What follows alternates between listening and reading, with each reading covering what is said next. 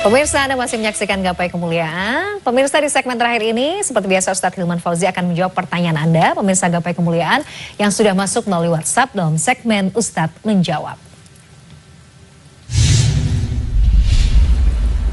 Nah, kali ini pertanyaan yang sudah masuk datang dari Mbak Hani yang merupakan seorang mahasiswi. Mari kita simak bersama pertanyaannya.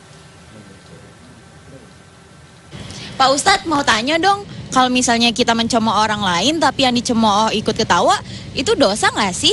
Makasih Pak Ustadz. Sama-sama Mbak Hani. Jadinya vibe-nya langsung vibe ceria ya. Ceria sama kesel sih tadi. Oke, Ahilman, gimana jawabannya? Jadi kalau mencemooh orang tapi orang yang dicemooh ya ikut ketawa juga sama kita. Ya, memang pada bab ini kita tuh harus agak feel to heart dengan hati orang lain. Ada istilah begini, bicaralah sesuatu yang jika orang lain bicara itu kepadamu, kamu akan senang dengan bicara tersebut. Sama gitu. Jadi kalau kita nih ngomong sama orang, kira-kira kalau omongan itu ditujukan ke kita, bikin senang gak? Atau gitu. Justru sebaliknya gitu ya? Atau sebaliknya. Jadi menurut saya pada bab ini kan ada orang yang tertawa gini, di balik lukanya, kadang dia menyembunyikan dengan tawanya. Supaya pengen dianggap ini aja, padahal mungkin dia merasakan juga padahal sakit. Mungkin gitu. dia sakit. Tersinggung. Makanya kalau bisa jangan suka menghina orang lain lah. Jangan suka mencemooh, jangan suka menggunjing. Bahkan di Quran dijelaskan, ya, boleh jadi orang yang kamu hina lebih mulia daripada kamu yang menghinanya. Boleh jadi orang yang kamu cemooh lebih mulia dibanding kamu yang mencemoohnya. Jangan juga memanggil orang dengan sebutan yang tidak pantas. Jangan juga mencari kesalahan orang lain gitu. Walaupun bercanda. Walaupun dalam tanda kutip bercanda. Dalamnya lautan. Tak bisa kita ukur sebelum kita berenang di dalamnya. Dalamnya hati orang. Nah, lebih lagi. Tak bisa kita sangka dan tak bisa kita tebak sebelum kita merasakan rasa sakitnya. Jadi kalau menurut saya lebih baik dijaga saja. Nggak harus jadi orang yang, maksudnya cara untuk menjadi orang asik itu kan nggak harus dengan cara gitu ya. Biasanya kan ngeceng-cengin teman gitu ya, saling melemparkan cemoohan supaya dibilang asik, padahal sih sebenarnya. Padahal kan mungkin di balik tawanya ada luka yang begitu dalam. Di depan kita dia tertawa, pulang ke rumah di atas bantal dia menangis dengan hinaan tersebut. Makanya hati-hati, tajamnya pisau, ya kan? Tajamnya pisau melukai tubuh masih bisa disembuhkan. Tapi tajamnya lisan melukai hati, susah disembuhkan. Salamatul insan fi hifdzi lisan. Selamatnya manusia itu tergantung menjaga lisannya. Jadi kalau saya ditanya lebih baik menjaga aja. Dan berapa banyak kita melihat kasus-kasus yang gara-gara lisan itu ujungnya selalu kehancuran kan? Betul. Dan untuk jadi asik nggak harus dengan menghina. Dulu waktu zaman kita kecil suka ada hinaan buat orang tua ya. Iya. Oh satu kan ini. Kita kan masih milenial. Satu umur ya. Jika dipanggil nama bapak kita. Nama bapak gitu. pasti. Ya dipikir-pikir, ya mungkin pada saat itu kita ngerasa fine-fine aja gitu. Tapi terus kenapa nama bapak saya disebutin gitu ya. Ya hanya untuk sekedar asik. Jadi malah nggak asik kan ya. Untuk mengejar asik malah jadi nggak asik. Gitu. Jadi asik nggak harus dengan menghina. Karena pandangan orang itu kan bisa beda-beda. Yang paling gampang, kemarin yang viral beberapa bulan yang lalu, ada seorang tukang es teh. Iya. Ya kan? Mungkin bagi sebagian orang atau bagi beliau itu biasa. Tapi bagi kami netizen atau bagi kami yang ngelihat videonya, kok bisa ya? Akhirnya kan jadi sesuatu yang sangat ramai diperbincangkan. Jadi hati-hati ya lisan jadi itu ya. Jadi sebaiknya hati-hati. Dan yang paling nyesek ya yang kemarin itu kan ekspresi wajah.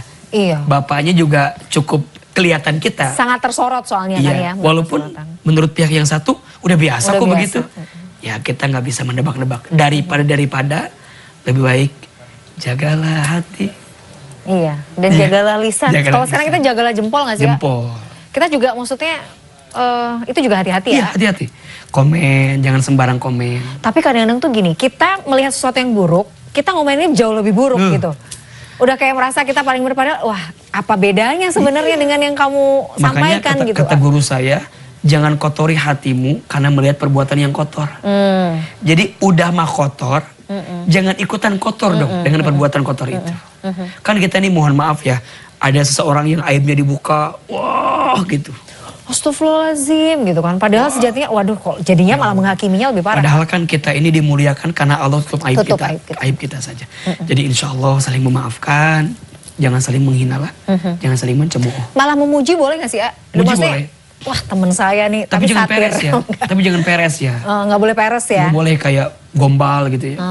Yang gak sesuai dengan kenyataan gitu jangan, misalnya. Berlebihan. Kan, ya gitu. udahlah gak usah gitu amat gitu. Oke, yang biasa aja. Biasa aja. Cinta seadanya, sekedarnya. Benci seadanya, sekedarnya. Oke, Masya Allah. Mudah-mudahan Mbak Hani, Dek Hani bisa memahami ya. Lebih baik bercandanya tuh gak harus begitu kok. Gak harus menghina lah.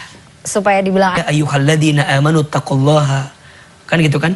Wahai orang-orang yang beriman, bertakwalah kalian kepada Allah. Ittaqullaha haqqa tuqatih. Wa la tamutunna illa wa antum muslimun. Bertakwalah kalian kepada Allah dengan takwa yang sebenar-benarnya. Dan janganlah kalian mati. Kecuali mati dalam keadaan muslim. Itu dibaca setiap Jumat. Ya, kita khutbah Jumat tuh dengerin itu. Gak tahu yang tidur ya. Tapi kita ketawa lagi kameranya nih, kameramen ketawa lagi ya. Ngerasa itu setiap awal. Setiap Jumat diingatkan. Selalu diingatkan. Berarti kita itu harus ingat mati. Termasuk Mbak Mila gini katanya, kalau kita lihat dari 24 jam waktu, katanya setiap detik hidup ini tuh ada yang meninggal, ada yang hidup. Iya betul. Ada yang meninggal, ada yang lahir. Iya, setiap detik pasti. Dan komposisinya sama. Allah selalu membuat seimbang. Adil. Nah, cuman di sudut juru bumi yang mana gitu. Yang kita nggak tahu gitu ya. Nah itulah kan bisa random kan? Iya. Saya pernah baca, saya nggak tahu nih, makanya saya kan dalam sehari itu malaikat maut tuh mendatangi kita berapa kali? Yang saya baca 11 kali atau berapa kali ya? Ada yang menyebutkan berapa? Ada yang 9, ada yang menyebutkan 70 kali. Jadi kalau kita bagi nih, kalau dalam sehari 70 kali, gitu 70 kali, coba dibagi berapa? 24 jam.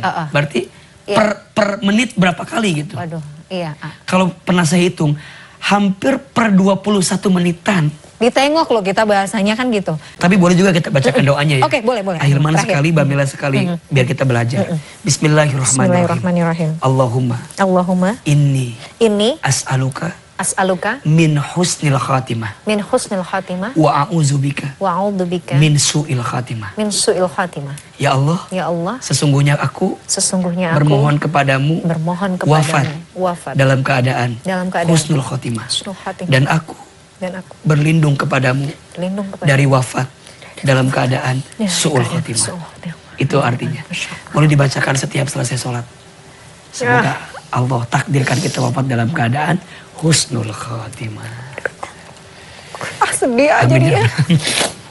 Maaf ya pemirsa, jadi sedih. Masya Allah, mudah-mudahan Allah mudahkan kita. Ailman, terima kasih. Aduh, penutup segmen yang sangat berat ini ya. Penuh dengan air mata, Masya Allah. Mudah-mudahan Allah catat ini sebagai amal soleh ya. Amin. Makasih Ahilman ilmunya hari ini.